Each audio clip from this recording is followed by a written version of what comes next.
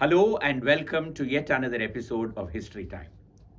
In the last couple of days, there was a news item which said that the government of Tamil Nadu was going to spend 17 crores in the restoration and renovation of historic Rajaji Hall. I thought this is a good opportunity to talk about the past and the glory of this great building.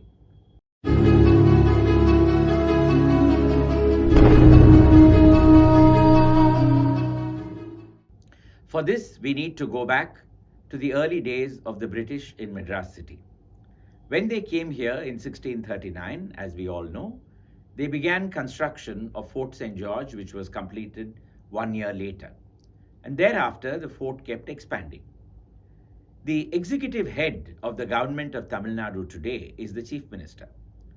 But before independence, it was the governor of what was known as Madras Presidency who was all in all absolutely powerful. The governors of Madras till the 18th century lived inside Fort St. George. But in 1799, with the defeat of Tipu Sultan, they became more adventurous. And at that time, the governor of Madras Presidency was Edward, the second Lord Clive, son of Robert Clive. Edward Clive, unlike his father, was a luxury-loving governor who liked to have all the fine things of life. And he decided that it was not befitting his status to be living cooped up inside the fort. He wanted a much larger canvas for his entertainments and for his living. Even earlier, the governors of Madras had identified a large property at the northern end of Triplicane by the side of the Coom River, just where Mount Road began. This property belonged to the Portuguese family of Medeiros, and the government decided to acquire it. This was where they had put up what was known as the Company Garden, and this is where the governors of Madras entertained their guests. Now, Edward Clive in 1800 decided that that was where he was going to build the governor's house. The old bungalow that stood there was expanded and converted into a vast residence where the governor could live in great comfort. Adjoining this governor's house, Clive decided that there would be a banqueting hall where he would give parties, lunches, dinners, balls, and levees and other such events.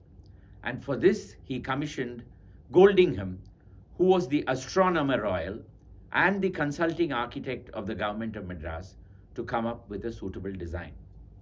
Goldingham came up with the design, a Greek design, for what was named as Banqueting Hall. And by 1802, the structure was complete in its first phase.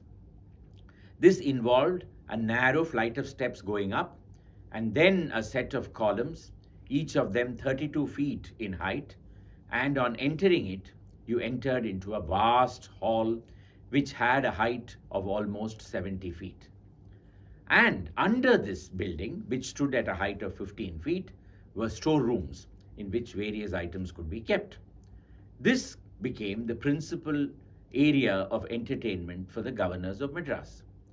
Later, in 1875, the steps that stand around Banqueting Hall were built, and then by 1890, the veranda with the set of columns that we see today were all completed. Inside, there were portraits of the great colonial rulers like the Duke of Wellington, Robert Clive, and several others. On top of this building, in the triangular pediment, were the symbols of victory.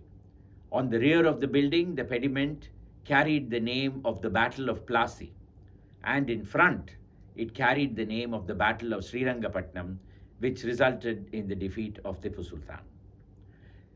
The governors, as I said, lived at the northern end of Mount Road in Government House and entertained in Banqueting Hall. But even in 1826, Sir Thomas Munro, who was then the governor, decided that he needed a weekend retreat. And then a vast acreage was acquired in Guindy, and that became Guindy Lodge, the weekend retreat of the governors of Madras.